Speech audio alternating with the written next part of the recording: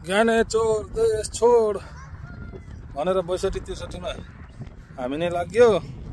गणतन्त्र ल्याएपछि नेताहरूले के नै गर्लान् होला राम्रै होला भनेर।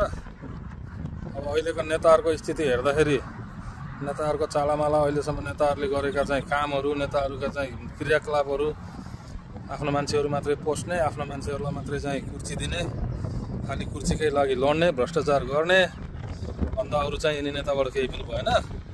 अब यसो एक किसिमले सोच्दाखेरि 600 यिनी नेतालाई चाहिँ पाल्नभन्दा एउटा राजालाई पाल्न त ठिकै हो भन्नेतिर जनता लागे। राजा नै विकल्प त होइन, राजाको पनि सबै कुरा देखेकै हो।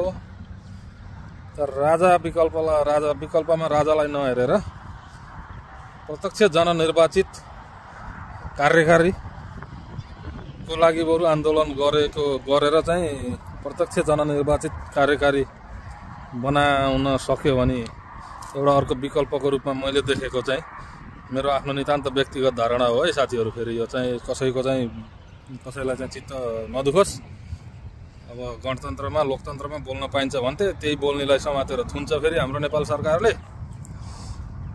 राजा नै विकल्प हो भन्ने चाहिँ मेरो धारणा होइन है साथीहरू। तर अब अहिलेका यिनीहरूको चाहिँ जुन क्रियाकलाप छ यसको तुलनामा 600 राजा पाल्नुभन्दा एउटा राजा ठिक। मामा हुँदै नहुनु मामा भन्दा कानो मामा भन्ने जाति भन्ने एउटा चाहिँ हाम्रो नेपाली उखान टुक्का छ, त्योसँग मेल खान गएको छ जनता जनार्दन। ल जय होस् सबै नेपालीको।